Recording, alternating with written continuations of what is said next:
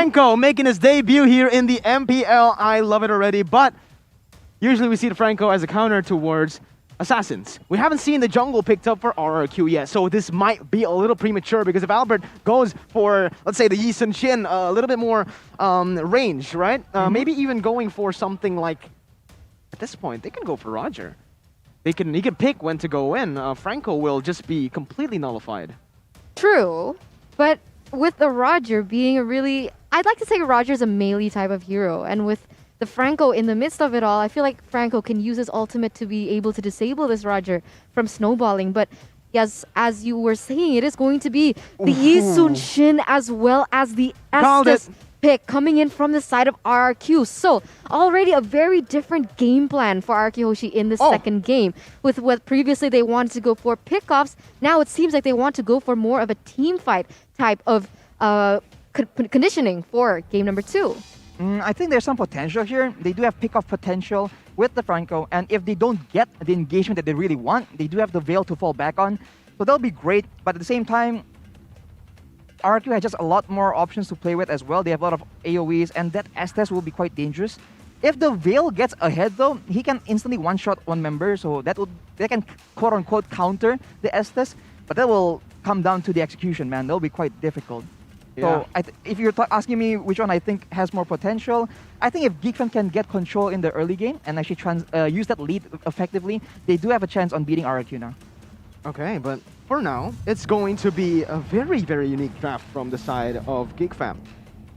RRQ, they have very blacklisty draft here with the Estes and the Yi Sun Shin, but we'll see how they do against a very aggressive composition in the early stage of the game. Veil, Franco, they were picked up 100%. I mean, there's only one reason they were picked up. They were picked up to get that early game advantage, and it's time to get into game number 2. The Land of Dawn portal has opened up, and GEEKFAM has already made very aggressive movements onto the enemy jungle. Renvi, obviously, with his Franco, wants to go for that purple buff. Just grab it a little, just reset it, and create some bad problems for the side of RRQ, but it seems like no. He's playing it quite passively. He actually misses the Iron Hook, and that's going to be a free little Wanderer, plus a little bit of damage towards Renvi.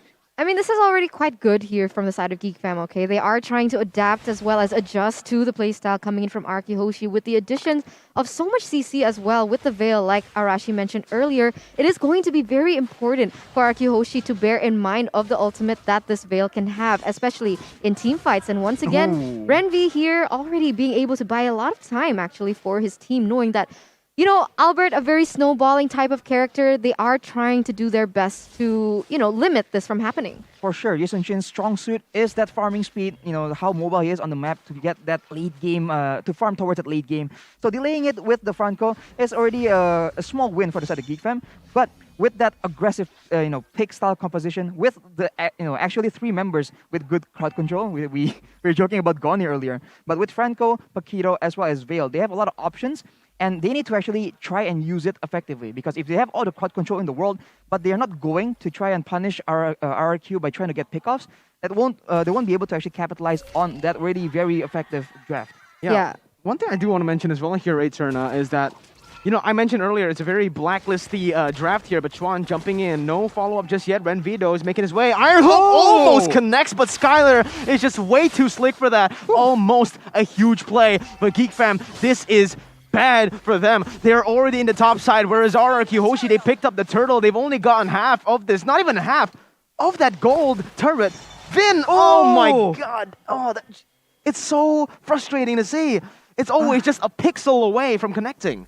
I mean, Franco is such a hit-or-miss hero, right? Yeah. You want to put someone like Franco in the roamer position, he has to be able to land his iron hooks. If not, he can't really stave off as much damage as other particular roamers do. I think that is what makes them so similar. But as I speak, RRQ Hoshi really sticking to what they know, being able to take another pickoff on the board, a little similar to what we saw in game number 1. Yeah, Renvi finally connects on that Iron Hook, but again, just no follow-up, all right?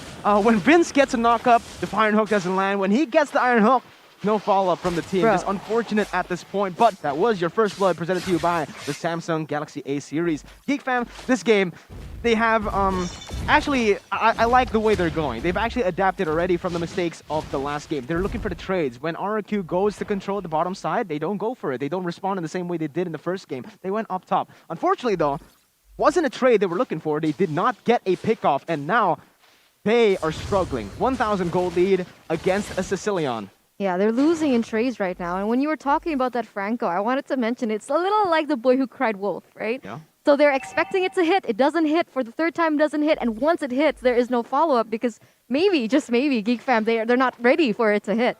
And so this is going to be very scary when it comes into the team fights and the potential that actually GeekFam does have in terms of kickoff. But here we see something happening. Yeah, another pickoff here for the side of GeekFam. That was really, really well played. They are actually able to trade this time around, getting control on that top side, whereas GeekFam on that bottom side, completely just leave it. You know, it is the weak side of the map. Paquito will be able to do very well there. Skylar, again, such clean movement from this man. The progression that we've seen from this guy from Season 7, getting hated by the netizens, but in Season 8, completely coming up on top. And in M3, we got a display of how good this man can be.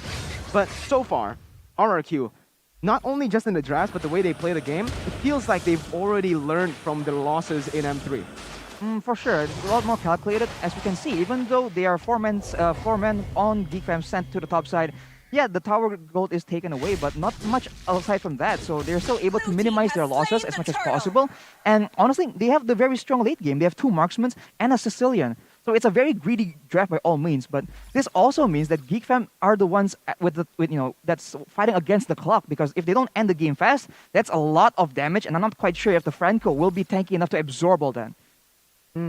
Okay, but yeah, so far, I don't know, honestly, the Yi Sun Shin Eterna is farming at will. It's very free at this point. Apart from the first orange buff being hooked away from him, there's not much else, but now suppression connects. It's going to be Vin still able to jump away. Remember, ultimate, the Blessing of the Moon Goddess is still up. RRQ looking for a proactive play in the top side. Schwan needs to be careful here. Let's see what they're able to do. RRQ not checking the bush. They're just going to go for the objectives. And this is what I said with Coach Phil at the helms.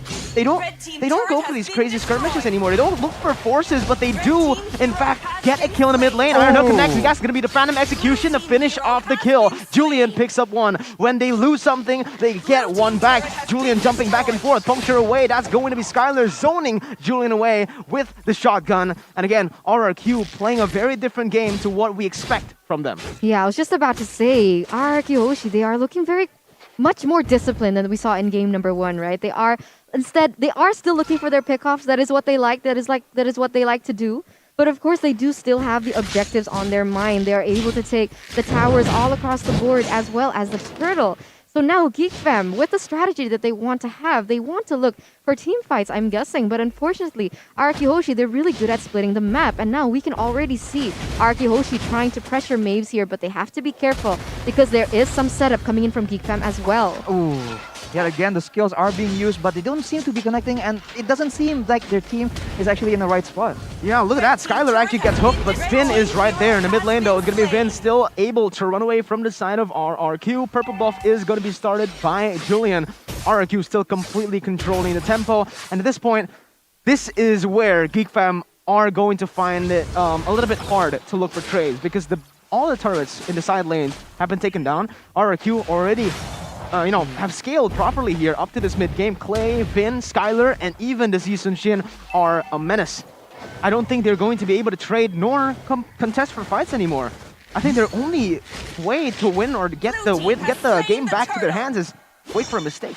Wow, another third turtle here into the hands of RRQ Hoshi, being able to get a lot of gold here, 3,000 gold in the 7th, almost 8th minute. It isn't looking good for GeekFam at all. And honestly, looking at the composition that GeekFam is bringing to the table, I feel like their only hope right now is waiting for Vale to reach his power spike. I feel Vale has the ability and if he gets the proper setup, will be able to pick off teams coming in from RRQ Hoshi with the damage that he has, as well as the utility in that CC. Oh, wait a minute though. I'm sorry, I have to cut you off. That's a kill picked up by GeekFam. They're still looking for more. I thought it was going to be a little bit more, but this is very different. Like, if that was the old RRQ, they would have just gone guns blazing. They had the glue roaming up top as well. So maybe dive in the turret, but no, RRQ playing it really disciplinedly, getting the kill, moving back, and once again going for the setup.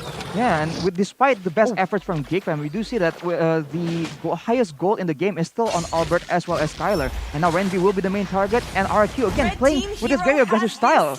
Yeah, look at that. R7 goes in, flicker forward as well, backwards actually to get away. But RRQ, this is a refined RRQ, very different to what we saw in the M3 World Championships. They know exactly when their power spikes are going to hit, and they use it very, very well. Yeah, I have to agree with you. But this is something that is very RRQ, right? Like one game they play a really disciplined game and the next they're not. So consistency is going to be very important for RRQ Hoshi. It's going to be very interesting to see if they can keep up this consistency, because that is where they fail most usually. And now with the Lord on its way, will GEEKFAM be able to contest us away from RRQ Hoshi, seeing that the damage output coming in from Skylar is already insane? I mean, still sitting at a 201 KDA. Like you mentioned, Skylar, his positioning is awesome. His impact is there. And how will GEEKFAM be able to get into the backside of RRQ Hoshi? I've actually copied his hairstyle. But Awesome. yeah, anyways, in the bottom side, Albert going for this inner turret. It is going... Skylar reading the map really well. Again, I think he's playing from a big screen, but it's going to be Skylar going and clearing the bottom side, whereas Albert starting this Lord already. Micro movement, micro management coming in for the side of RRQ, whereas Julian is just going to go for the trades. It doesn't look like they want to contest this with their jungler up top, but I might be wrong. Maves jumps in, knockout strike does not connect. Sanguine Claws, though, will be able to zone him away. It's going to be Vince still able to disengage from the fight. Renby is going to get caught out. Flicker out of there, but Albert, he is ferocious. He's going to go back in right now, takes the turret away, and that's going to be the snipe missing away, but it's going to be R7 going into the front, creating space for Albert to pick up that kill. On the top side, though, very good trades. GEEKFAM, they know they cannot go for the 5v5 fights. They instantly go up top, and they pick up 2 turrets. Yeah, adaptability is there, right? This is what we wanted to see. They understood perfectly that they couldn't win that team fight around that Lord and was able to get something in return. As we're going to take a look at the items here. For sure, for Vince, the Talk of Destiny and Lightning Truncheon is available, but he just doesn't have the opportunity to try and get the special members of RRQ Hoshi. If they do mess up and the GEEKFAM gets a big combo, there is more than enough damage to actually get picks, especially because there's so many squishier backline targets on the side of RRQ Hoshi. Absolutely, man. I don't know, 6,000 gold lead in 10 minutes on the Sicilian and the Beatrix. This and the Yisun Shin as well. Ouch. Yeah, you know, I find it like quite unfortunate because we talked about adaptability and how we see that GEEKFAM has a lot of crowd control, but they're not playing it very aggressively. And in Oh fact, my! Whoa! That was one hit from Albert. yikes! That was something else. I was about to say that they're not playing aggressively with the crowd control that they have. So it's not what they're supposed to be doing because they don't win in this late game. So they seem to be playing it a bit too safe. Maybe there's a bit of fear left from game number 1.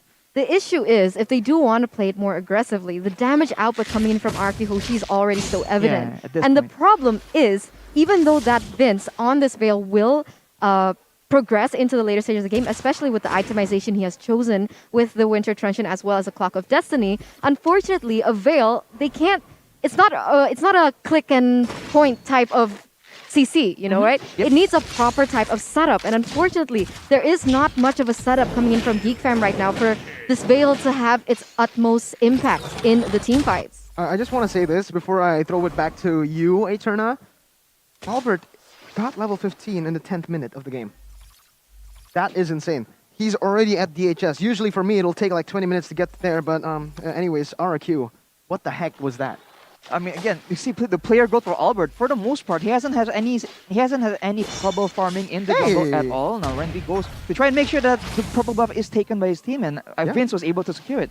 But as you can see, RRQ again and again, they get advantage. They cut off your jungle. Now your jungle belongs to us. So Albert is able to continuously farm in his jungle, and even if the rest of the members also want to farm and get advantages, they can do so in the opposing team's jungle. And that is exactly what RRQ likes to do, and that is what is contributing to the 7.5k gold difference. I mean, little wins, guys, little wins. GEEKFAM being build up. able to take their own buff, little wins, right? For the side of GEEKFAM. I mean, RRQ Hoshi, they're kind of disrespecting their opponents as of right now. I mean, look, did you see those recalls? That is so disrespectful. And now, they were actually might be able to take this Lord uncontested from the side of GEEKFAM, because right now, it's like I mentioned earlier, GEEKFAM, again, no answer towards RRQ Hoshi's crazy aggressiveness plays. The thing is, right, RRQ's composition was built for the late game. Yep, and they won the early game. So at this point, the later the game goes, it's going to favor RRQ even more. I think if we have the win probability, it's going to be just like 90% RRQ, especially with the Enhanced Lord that's just been taken off the board. Now, it's time to take a look at the team. Schwan, everyone on GeekFam still sharp, very focused on the game, still looking like they are in the game. Ren V, I like this already. They're going for something creative on the map. It's going to be actually R7 being targeted. Not the right target. I think they should have started it off with that ultimate. R7 gets out. Not only does he get out, he's looking for the re-engage. Mountain Shocker is going to be popped to look for the opponents right now. R7 brings back Franco to his team, but no follow-up just yet. Actually using and basically forcing two flickers, getting the turret off top. So I like the creativity for GeekFam, but unfortunately, I feel like it's already a little bit too late. Base turrets are going to get taken down here, and it might be the game. Swan still able to do some damage onto the waves, but Albert just does so much damage. Look at the claws! Killing spree picked up. A double kill for Albert. They're just wreaking havoc at this point. Julian can't even get to Clay. He's gonna get kited back. A double kill for R7. Everyone gets killed, and RRQ will finish off the match with a 14-minute game, 2-0. 2-0 match here against GeekFam, RRQ HOSHI, the Kings of Kings, really showing that they are comfortable with their roster, that they have not changed at all. And they are looking crazy aggressive. They have repaired their primary mistakes in that discipline, and they won it very, very beautifully. Very well calculated, very clean wins as well for the side of RRQ HOSHI and GeekFam, man.